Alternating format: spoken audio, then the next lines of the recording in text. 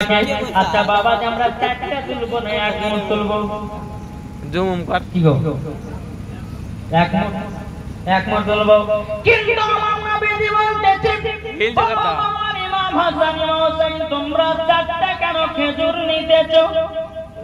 ইমাম হাসান হোসেন বলছো গো না জান আমার আব্বা জান তিনিও 3 দিন ধরে অনাহার জরুরান ও নানা জান আমার মা ফাতেমা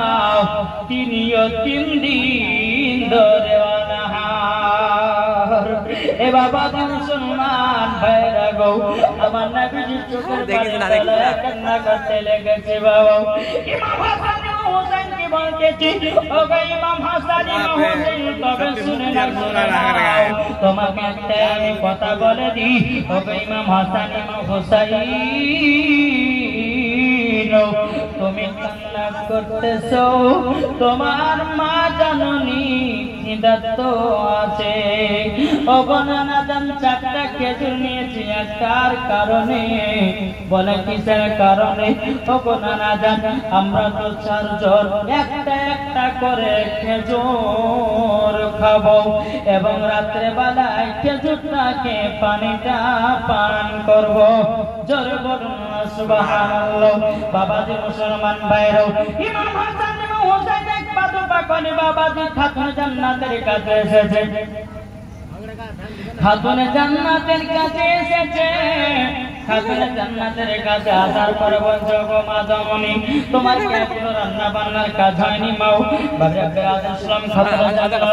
মা ফাতেমা রাদিয়াল্লাহু তাআলা আনহা দুরুদ আল্লাহুম্মা সাল্লি আলা ইয়াদেনা মাওলানা মুহাম্মদ ওয়া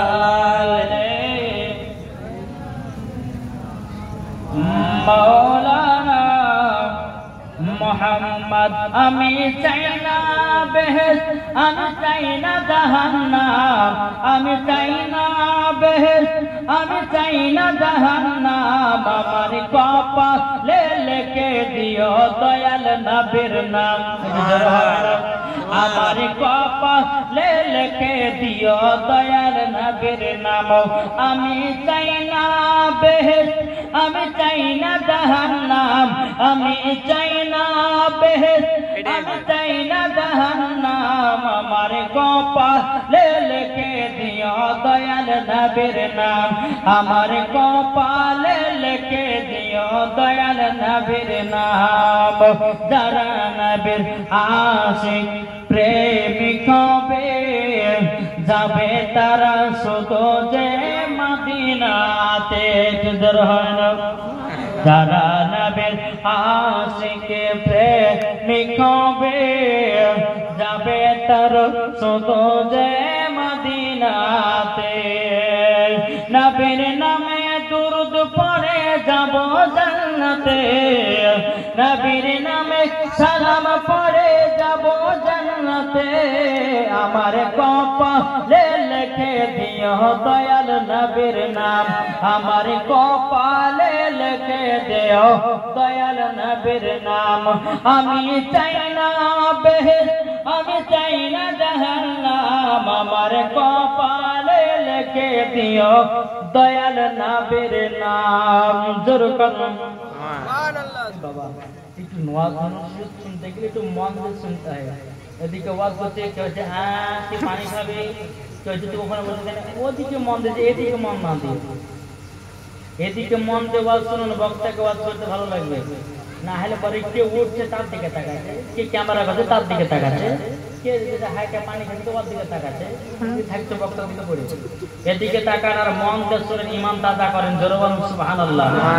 বাবা যে মুসলমান ভাইরাও ইমাম হাসান ইমাম হোসেন নবীজির কাছে আসার পরে বলছো গো মা জননী আমাদের জন্য কি খাবার রান্না হয়নি খাতুন জান্নাত চোখের পানি সঞ্চার করে গেলে বলছে বেটারা ওগো বেটারা তবে শুনে নাও আমি তোমাদের জন্য এখনো খাবার রেডি করতেছি তোমরা একটু কাজ করো, একটু তোমার নানাদের কাছে আসেছো, আচ্ছা তোমার নানারা কি দিয়েছে একটু দেখাও তো বেটারা। ইমাম হাসান ইমাম হোসেন বলতেছে, বলো গো মা দাদারে, আমরা নানাদের কাছে গেছিলাম, আমাদেরকে এক জুড়ি কুড়ি দেবতার খেজুর দিয়েছিল গো মা, কিন্তু মা গো আমরা তো পেট ভরে খাই না মা গো, আমরা মোটি 4টা খেজুর নিয়ে এসেছি। ইমাম হাসান ইমাম হোসেন বলতেছে, ওগো আমরা মাত্র 4টা খেজুর নিয়ে এসেছি। বেরাদ ইসলাম